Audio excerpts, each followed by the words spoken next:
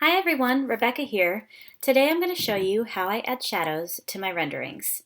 I've got my no shadows room and the finished product that I'll flip back and forth to show you how I'm doing. I'm using Adobe Photoshop Elements. Some of you may have Adobe Photoshop Full and you'll still have access to the same tools.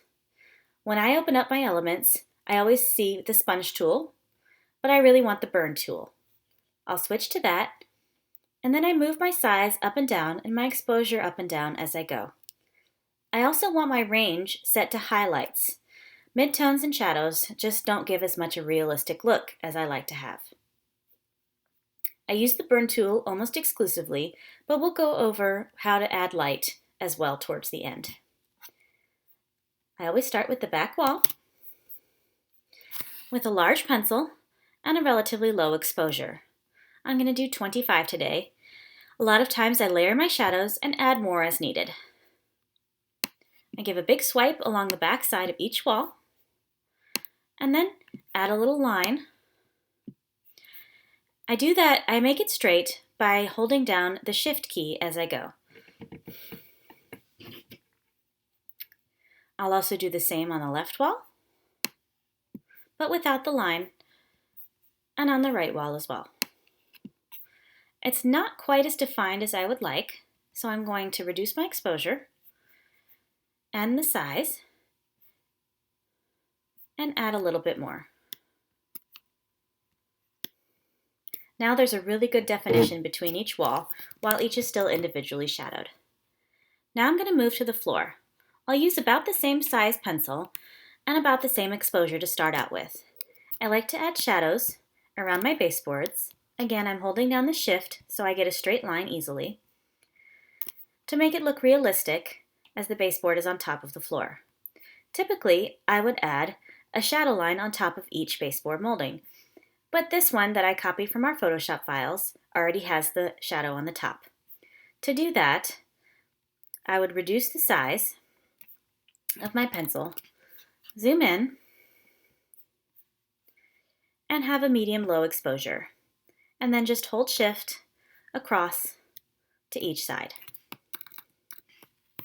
Now I'll move on to the ceiling. In this particular room, it has windows on every wall and all across the back.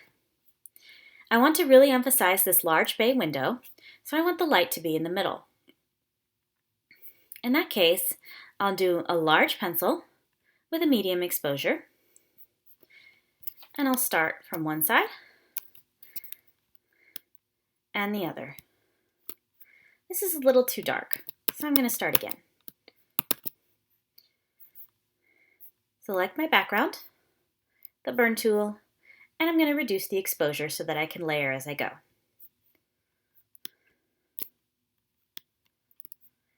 Now I'm going to add extra on the corners to emphasize the sides of the room.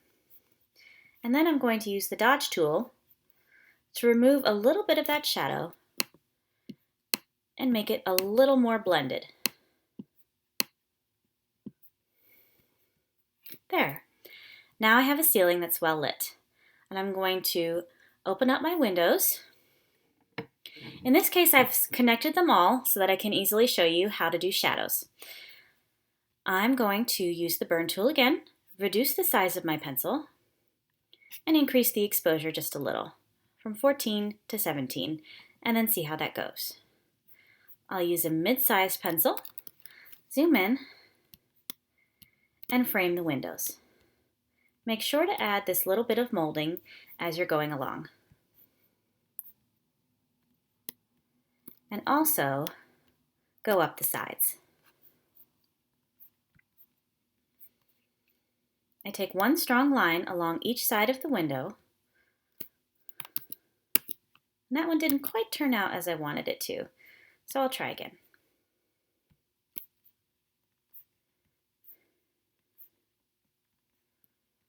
And then up this side and make sure to get that little tab of molding that's sticking out. Now I'm going to reduce the size of my pencil and increase the exposure to give a nice strong line to the bottom of each window and the side. Make sure to select the correct layer.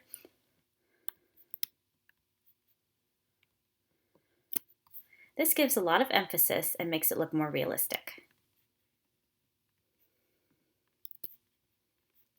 To me, shadowing is all about layers, so I just keep adding layers as I go until it looks right to me. In this case, I want to add even more shadow underneath the windows because there are so many of them. So I'm going to increase the size of my pencil and decrease my exposure. And I'm going to add a big stripe along the bottom. It doesn't quite look even, so I'm going to try again.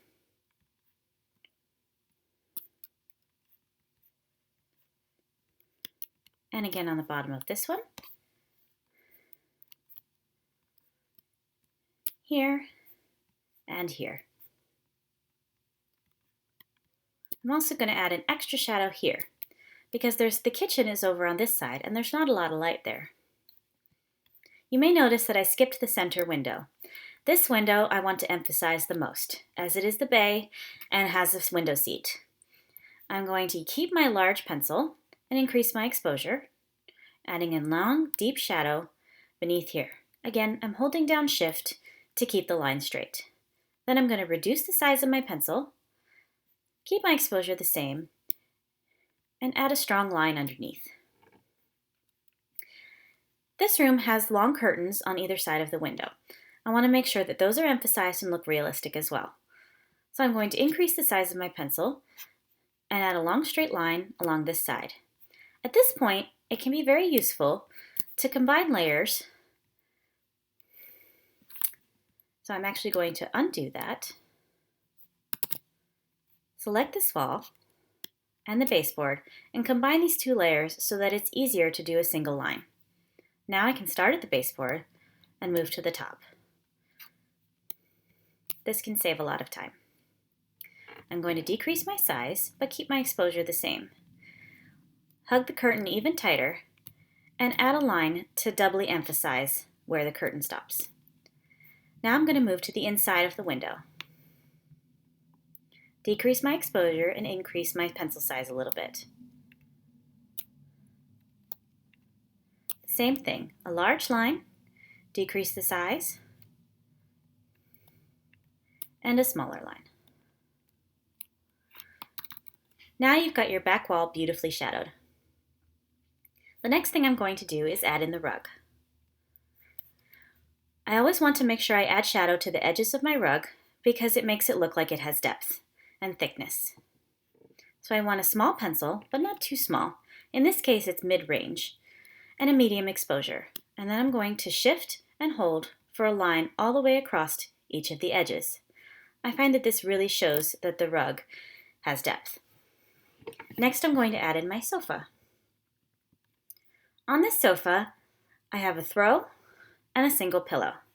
I want to make sure that the pillow really looks like it's sitting on the sofa, which means I'm going to add shadows all around it and behind it. In this case, I'm going to go around the edges, slightly along the bottom, and along this edge too. Then I'm going to go back and forth a little bit to add a little darkness just behind, and just a small line over the top. Now the pillow looks like it's really sitting there. I'm going to do the same thing with the throw. At this point, it's really important to make sure that all of your furniture and fixtures have no white lines. White lines really take away from the realism and make it hard to shadow. Again, I'll add a thin line all around the edge. And because this throw is falling down and it has a window on this side of the room that you can't see, I'm going to add a larger line at the bottom. Create a heavier shadow, if you will. There. Now it looks like it could really be hanging there. Next, I'll be adding in my chairs and tables. And my ottomans. But not my caterpillar yet. And finally, the left side table. Now with these chairs up against the wall, we need to make sure that there are shadows on the back wall. So I'm going to increase the size of my pencil and swipe. Again, you could combine layers to make it go faster.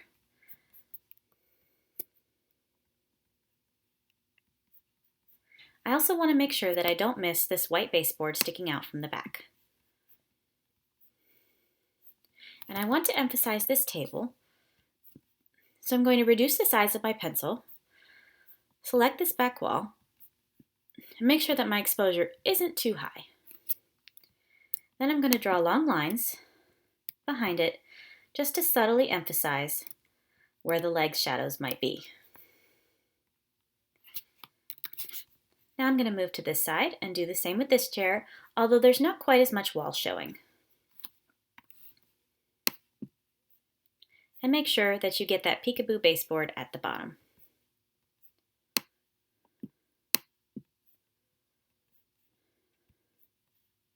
Next, I'm going to move to shadows on the floor. I like to do freehand for this with a larger brush and a medium exposure. And I'll just rub it back and forth a little bit, anywhere on the rug that the furniture shows. And I'll do the same on the floor.